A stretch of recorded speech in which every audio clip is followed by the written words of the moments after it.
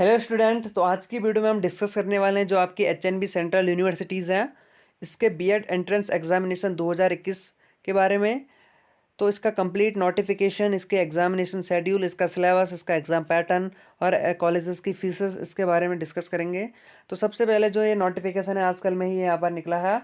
तो इसमें यहाँ पर दे रखा है कि ये जो यूनिवर्सिटीज़ है इसमें जो है 3 कैंपस यानी कि 3 कैंपस श्रीनगर, टेहरी और पौड़ी जो कि सेल्फ फाइनेंस है। और इसके अलावा जो कॉलेजेस हैं जो कि आपके गवर्नमेंट भी हो सकते हैं या प्राइवेट कॉलेज भी हो सकते हैं, इनमें जो बीएड 2021 से लेके 23 तक का जो सीज़न चलने वाला है, ठीक है, इसकी जो प्रवेश परीक्षा है वो 24 अक्टूबर 2021 को होगी और जो कि 10 बजे से लेकर 1 बजे तक होगी।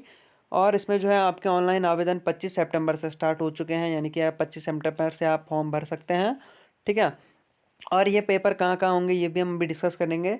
और फीस का अगर बता दें कि जो जनरल कैटेगरी है या ओबीसी कैटेगरी या ईडब्ल्यूएस कैटेगरी है, इसकी फ़ीस आपकी 1000 रुपये है और एससी एसटी की फ़ीस 500 रुपीज़ है।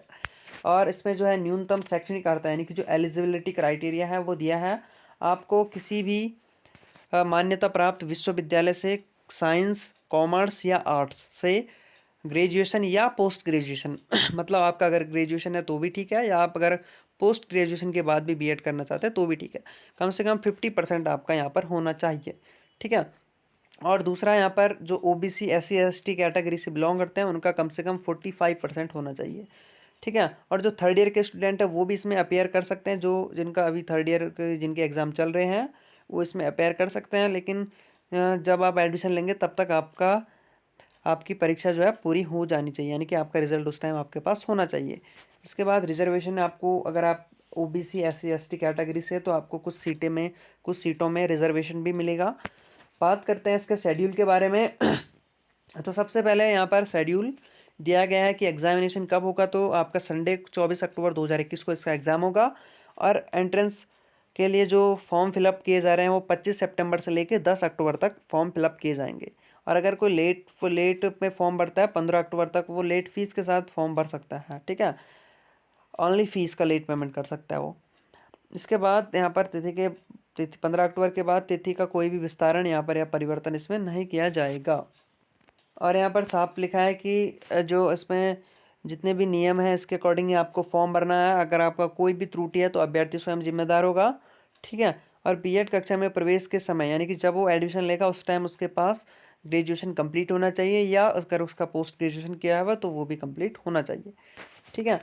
तो ये इसका पूरा क्राइटेरिया यहाँ पर हमने पहले भी बता दिया है। इसका रिजर्वेशन, कुछ इंपॉर्टेंट इंस्ट्रक्शन आपको दिए हैं जैसे ये एग्जामिनेशन फॉर्म फिलअप करने रिगार्डिंग, ठीक है। ये तो बिल्कुल नॉर्मल इंस्ट्रक्शन दिए गए हैं। इसके बाद बात करेंगे इसके कैंपस के बारे में। देखो एचएनबी यूनिवर्सिटी जो है इसके अंडर अंडर 3 कैंपस आपके आते हैं। एक बिरला परिसर जो कि श्रीनगर में है, एक एसआरटी कैंपस जो कि नई टिहरी में है, और डॉक्टर बीजीआर परिसर जो कि आपका पौड़ी में है, जो कि सेल्फ फाइनेंस है, ठीक है। सबसे पहले सीटों सीटों के बारे में बात कर लेते हैं। तो जो आपका बिरला परिसर जो श्रीनगर में है, यहाँ पर 111 सीटें हैं। और आपके स्वामी रामतीर्थ एसआरटी कैंपस टेहरी गढ़वाल में 55 सीटें हैं। और डॉक्टर बीजीआर परिसर पौड़ी में आपकी 55 सीटें हैं, ठीक है। तो देखो जो आपके पहले जो 2 कैंपस मैंने बताए, बीजीआर कैंपस, सॉरी जो बिडला कैंपस और एसआरटी कैंपस, ये दोनों के दोनों कम्प्लीटली गवर्नमेंट है। लेकिन जो बीजीआर कैंपस जो कि पौड़ी में है वो सेल्फ फाइनेंस है। इसका मतलब क्या है? तो इसका मतलब ये है कि जो बीजीआर कैंपसेस की जो फीस होगी वो थोड़ी सी हाई होगी एज़ कम्पेयर टू जो आपके गवर्नमेंट कॉलेज हैं उनके कंपेयर में इसकी फ़ीस थोड़ी सी ज़्यादा होगी। लेकिन जो प्राइवेट कॉलेजेस हैं उनसे इसकी फ़ीस काफ़ी कम होगी, ठीक है। अगर हम बात करें बिरला कैंपस और एसआरटी कैंपस, तो इसकी जनरली फ़ीस 5000 रुपये यानी कि 5000 रुपये के लगभग समथिंग समथिंग है। और बीजीआर कैंपस इसकी फ़ीस लगभग आपकी 25,000 रुपये तक है। और जो आपके प्राइवेट कॉलेजेस होते हैं जो कि कम्प्लीटली प्राइवेट होते हैं, इनकी फ़ीस जो है 50,000 रुपये से शुरू होती है, ठीक है। 50,000 से के समथिंग समथिंग होती हैं। और इसके अलावा जो आपके अदर जो एचएनबी यूनिवर्सिटी से रिलेटेड जो संबंधित कॉलेज हैं जैसे डीएवी कॉलेज है, तो इसकी फ़ीस जो होगी वो आपकी 5,000 रुपये के समथिंग समथिंग होगी, ठीक है।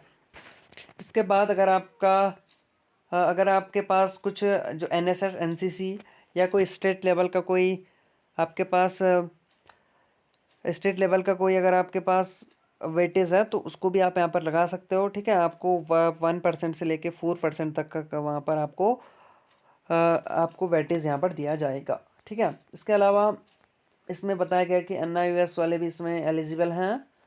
और अब बात कर लेते हैं इसके एग्ज़ाम कहाँ कहाँ होंगे, सेंटर के बारे में। तो सबसे पहले जब आप एक बार फॉर्म भर लोगे तो उसके बाद एग्ज़ाम सेंटर को चेंज करना पॉसिबल नहीं होगा। ठीक है, तो देखो इसमें जो है आपको श्रीनगर, टेहरी, पौड़ी, देहरादून, कोटद्वार, हरिद्वार, रुड़की, कर्णप्रयाग और ऋषिकेश, ये आपके परीक्षा शहर कोड भी दे रखे हैं। तो आप अपने जो आपके शहर के निकट वहाँ पर आप इसको सेलेक्ट कर सकते हैं। ठीक है, इसके बाद जब आप आवेदन पत्र संलग्न जो शैक्षणिक प्रमाण पत्र है इसकी जो छाया प्रतियाँ जो कॉपी इसकी होगी, ठीक है, वो आपको स्वयं हस्ताक्षरित होनी अनिवार्य है। मतलब सेल्फ अटेस्ट, आपको जितने भी डॉक्यूमेंट आप इस पर अटैच करेंगे वो आपको सेल्फ अटेस्ट करने होंगे। ठीक है, और यहाँ पर इसके बाद बताया गया है कि इसके बाद बात कर लेते हैं उसके बारे में, सिलेबस के बारे में। ठीक है, सिलेबस के बारे में जानने से पहले यहाँ पर आपको मैं बता दूँ, इसमें दो ग्रुप होते हैं। एक होता है कला ग्रुप, यानी कि जिसमें हम आर्ट साइड वालों को और कॉमर्स वालों को रखते हैं, और एक होता है विज्ञान ग्रुप जहाँ पर ZBC और PCM के स्टूडेंट होते हैं। ठीक है, तो आप एक ही ग्रुप को सेलेक्ट करेंगे जिस ग्रुप से आपका ग्रेजुएशन या पोस्ट ग्रेजुएशन हुआ है। ठीक है, ये आपकी कैटेगरीज। इसके बाद बात कर लेते हैं इसके सिलेबस के बारे में और इसके एग्जामिनेशन पैटर्न के बारे में।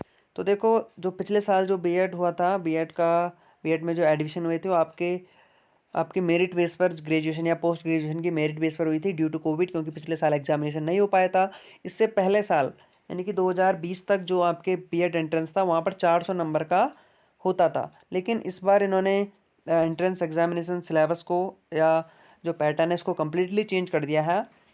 अब आपका 200 नंबर का यहाँ पर पेपर होगा, एक ही पेपर होगा। पहले दो पेपर होते थे 200 नंबर के, लेकिन अब इन्होंने क्या किया है, इस सिलेबस को चेंज कर लिया है। तो हम इस नए सिलेबस की बात कर लेते हैं। सबसे पहले आपका जो एक पेपर यहाँ पर होगा वो उसके 3 पार्ट होंगे। एक आपका पहला पार्ट होगा सामान्य ज्ञान और सामान्य बुद्धि। ठीक है, मतलब जनरल, उसमें जनरल नॉलेज और आपका जनरल इंटेलिजेंस आएगा। दूसरा पार्ट होगा, वहाँ पर आपको लैंग्वेज सेलेक्ट करनी है, आप हिंदी को सिलेक्ट करें या इंग्लिश को, दोनों में से एक को आपको सिलेक्ट करना है।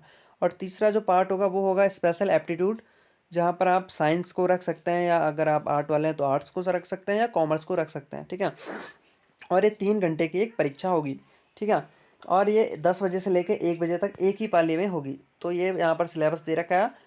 पार्ट फर्स्ट में आपको सामान्य ज्ञान और सामान्य बुद्धि यानी कि GS और जनरल इंटेलिजेंस 1 से लेकर 100 क्वेश्चन, यानी कि 100 क्वेश्चन इसके आएंगे। जनरल हिंदी या जनरल इंग्लिश, इसके भी 50 क्वेश्चन आएंगे। और एप्टीट्यूड का जो आपका सब्जेक्ट है इसके भी 50 क्वेश्चन। टोटल आपके 200 क्वेश्चन हो गए और 3 घंटे का समय हो गया। ठीक है, तो यहाँ पर 200 अंकों की एक परीक्षा होगी। इसके बाद मेरिट इसके आधार पर ही बनेगी, नेगेटिव मार्किंग इसमें नहीं है। आपको OMR सीट दी जाएगी और OMR सीट के बेस पे ये परीक्षा होगी।